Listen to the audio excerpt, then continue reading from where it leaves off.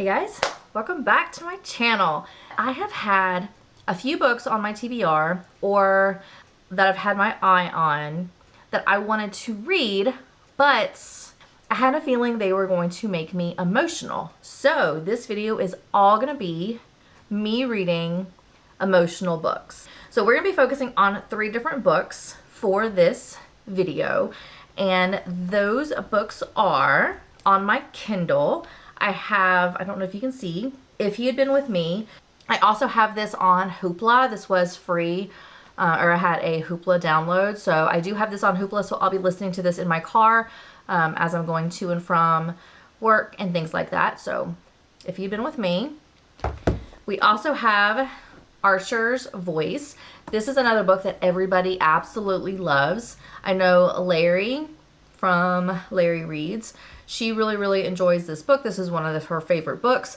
And on the back, it actually says it's one of the top 100 romance novels of all time on Goodreads. As of this printing, I don't know if that still holds true, but I don't really know a lot about it. So the reason why I think this is going to make me emotional is I have a soft spot in my heart for a couple different things. One of them are people with like disabilities, and I don't know much about Archer. So from reading it, I guess he doesn't speak. I don't know if he's like autistic. I don't know much about it, but I am thinking this is going to be emotional to me. It might not be emotional to everybody, but just my gut reaction is I am going to get emotional in this book. I could be 100% wrong. I am very excited to read this because I have been wanting to read it for a while, but I've been saving it for this particular purpose. So we're going to be reading Archer's Voice. And then the last book that we'll be reading for this video is something that I think is going to be very emotional to me, and I think it's going to have a lot of, I just feel like it's gonna get me. And that is The Last Letter by Rebecca Yarros. This is, again, one of the things that I have a soft spot for. This is gonna tug at my heartstrings. The plan is I will be reading these 3 books during this video. My thought is I have to go into the office to work tomorrow. I do not want to be crying at lunch while I'm working I don't want to be crying tomorrow at work. So with that in mind, of these 3, I think I'm going to work on Archer's Voice. I think that's what I'm going to read now. Only because I think this has a less likely chance of me crying within the next 24 hours. I'm super excited. We are going to go ahead and start Archer's Voice and see if this makes me cry. Or maybe I am 100% wrong and this isn't an emotional book, but hopefully it's still a really great read. I'm really hoping that these are going to be amazing books that are going to be very highly rated. So let's go ahead and get started reading.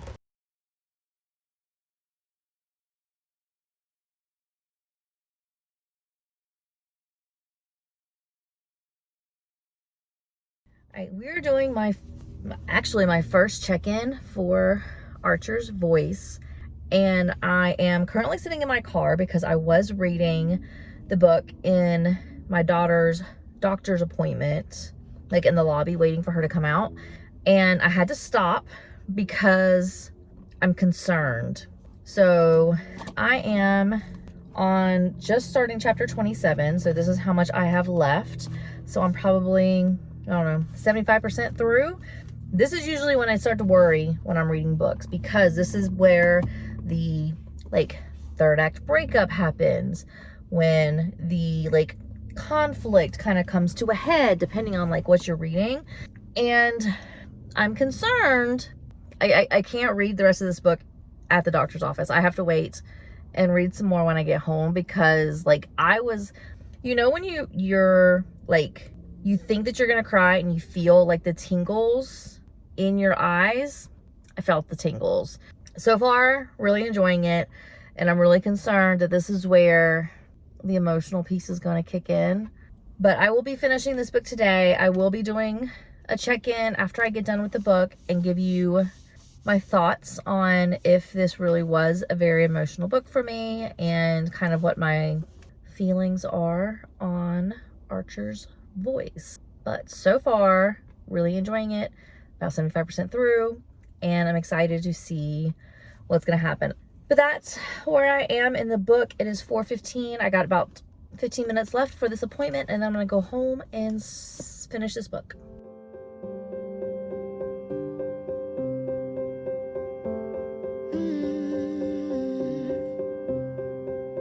I won't get close to your heartache if you won't open your door.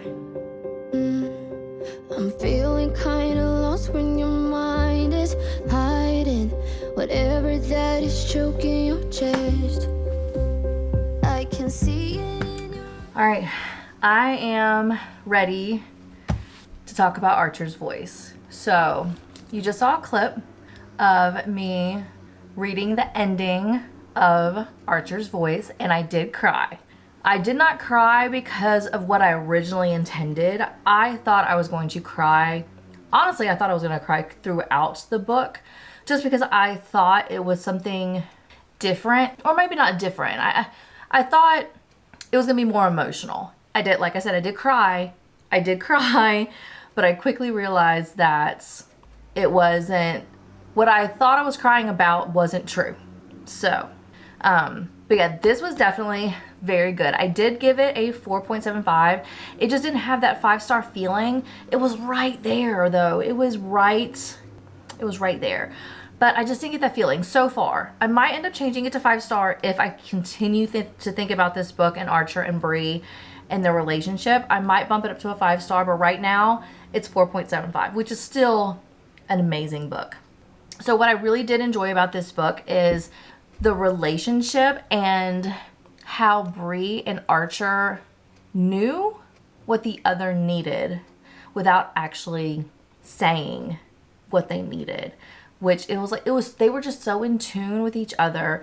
It was amazing. There was actually one instance where Archer put out like a bowl of potato chips, and Bree specifically picked out the chips that were folded, and he recognized that. And then like weeks, potentially, I don't honestly remember the timeline, but way later, he was having dinner at his house and he put out a bowl of chips of only folded. Like he went and dug through the potato chip bag and only put out chips that were folded because he knew that was what she preferred, without her ever even saying anything. He just observed it and went ahead and made sure that he had what she liked. And it was just, there was so many instances of that where like she could tell Archer needed to do, something on his own, or he needed time to like kind of come to grips with what was just done, and she just recognized it and she just knew it, and it was so good.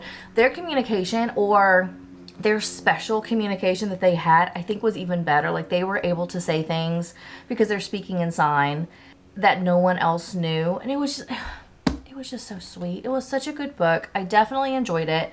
Archer's Voice made me cry. Very good book. 4.75. So, and then the book that I picked up this morning is If He Had Been With Me, and I think I'm on chapter 6 right now, which is I'm like 7% in to this book, and like page 24, very early on in this book. But yeah, so that's what we're gonna start now. I have seen people crying significantly in this book, and that's I'm very excited about. So we're gonna try to knock out If He Had Been With Me this weekend. But that is the check-in for today. Archer's Voice, 4.75, so good. Potentially a 5-star if I continue to think about Archer and Bree. So we're going to go ahead and run some errands now. All right, we are back for a check-in because I did finish If He Had Been With Me. I did not have any recording of me reading this book because I read it 100% on audio yesterday while I was basically cleaning my entire house. So I did not have any videos of that because I did not feel like trying to like move my tripod around. And plus I was really gross and nasty and it was not going to be attractive. But I did end up finishing. I started and finished If You'd Been With Me. I did not cry per se. My eyes got a little red, but there were no like true tears that came down. I ended up giving this 4 stars. I think that's very generous though. I honestly think I'm probably going to downgrade it to probably either 3.75 or 3.5. The only reason I'm downgrading it is because as I have thought about it after finishing this book, it just wasn't as enjoyable to me as I anticipated, and I think that's partly my fault because I did not realize this book was about high schoolers. So the book starts in chapter 1 and you find out like what happens. Like you see the result of this book and then you work through to meet up to that ending. But the problem is that I did not realize that this was following kids going from middle school into high school and graduating high school. So those type of books usually are not something that I enjoy. However, like I've read Binding and Keeping 13, that's a story about 15 to 17-year-olds, and I love that book. But so it's very selective when it comes to like kids in high school because I am 44 years old. It is 30 plus, almost 30 years since I had been the age of the kids in this story. And so I'm not the target audience for this book. So this just kind of follows a group of friends, and the main 2 characters, the female and the male character, are neighbors that they've basically grown up together since birth. They were born like weeks apart. Both of their moms are like BFFs. And so it's them growing up and kind of becoming like inseparable from elementary school into middle school, and then high school they kind of go their separate ways. And then it's their relationships, like the friend groups that they each have, and then it was good, but it didn't make me cry like I anticipated. And because I didn't feel connected to the characters. So like they weren't having experiences that I have now. Like I just don't feel the connection for them. So it was sad the way it ended. I did not like the ending. I just did not like the ending. So this one right now on Goodreads, I put it at 4 stars. I think I'm going to end up bumping it down to 3. And on Storygraph, I'll probably put it at 3.5 just because it just wasn't my cup of tea. So, and then I did start The Last Letter. I'm going to put a little snippet here of me reading. I am literally only on page 56, chapter 6. Look at what has already happened to me in the 50 pages that I have been reading for this book. Maybe you'll make up your mind. Now I'm here by your side. So let it all out of me. Let it all out of me. Oh, I will hold you in the dark, make you forget about what's... So when I said this one was going to this one was going to get me, it immediately did. I'm very glad I made this last because I knew I wasn't going to be able to read this at work. And I had a feeling right off the bat this was going to get me very upset very quickly. And so I did not want to read this first and have to potentially be reading this at work and have me like sobbing. That was not going to be good. So I will be finishing this at home. Luckily, I do not have to go into work for the next like 4 days. This is already like, it's already made me cry, so I know it's only going to get worse. But so far, so good. Really enjoying it. It's what I expected, and I'm really excited to see what's going to happen between Ella and Beckett and the kids and everything that's going to go on. So yeah, so far so good. Super excited to finish this book and see where the story goes and how much more crying I'm going to do. All right, it is check-in time. So I, last night, finished The Last Letter by Rebecca Yarros. As you can see in this little snippet, I ended up crying a lot. This was actually after I had finished the book, and it was still I was still emotional. I did not get videos of me actually reading the last part of this book because it would have been disastrous. I think I went through so many, like I had to use paper towels. Tissues were not going to work. But I went through so many paper towels because it was that bad. So it definitely made me cry, was definitely emotional. I had a feeling this was going to be the one that was going to get me, and I was right. And so for ratings, originally going in, I was enjoying the book. I was loving Beckett. I was loving Ella. I was loving just the situation they were in and the, how they were going to resolve kind of what was going on and how the story was going to wrap up. I was all for it, and I was fully expecting to be 4.75 or maybe even a 5-star. Then we hit like the 85% mark, and it took a turn, and while it was very emotional, I don't appreciate the type of emotion, or I don't enjoy the type of emotion that this book brought out of me in the situation that happened. And so while I was crying and all of that, it was actually not a good cry. So I knocked it down. Right now it's sitting at 4.5. And I think that's good. I think going from potentially a 5-star down to a 4.5, like the last 15% dropped it a 0.5 star, just primarily because of that. The book should have ended at the 85% mark. The last part of this book was not necessary. It did nothing to wrap up the storyline that had been going for the first, 300-ish pages, 350 pages. Everything that went on in the first part of this book, the first 85% of the book, everything wrapped up. And then the last part happened. So if this book would have ended at 350 pages, it would have been perfect. But it went to page, 424. Anything past 350, unnecessary. And so that was why it dropped to 3.5. But I am glad I read it. Like I said, this was sitting on my shelf. I was eyeing it for a very long time. I wanted to read it, but I knew it was going to be emotional. So I'm glad I finally got it done.